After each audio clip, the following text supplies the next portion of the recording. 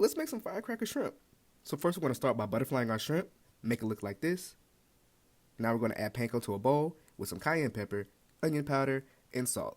Into another bowl we're going to add flour, cornmeal,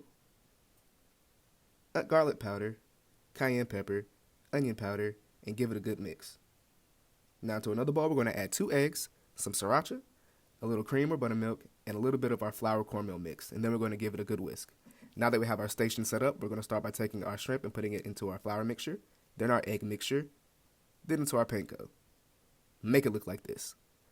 Now I'm going to put it onto my rack and I'm going to air fry mine for 8 minutes on 400 degrees and it should look like this. Now to make the sauce, we're going to start with mayo, garlic chili sauce, honey, onion powder, black pepper, red pepper flake, and the juice of a lemon and give it a good whisk. Now we're going to pour it over our shrimp, give it a toss, and serve it up. And make sure you subscribe for more recipes like this.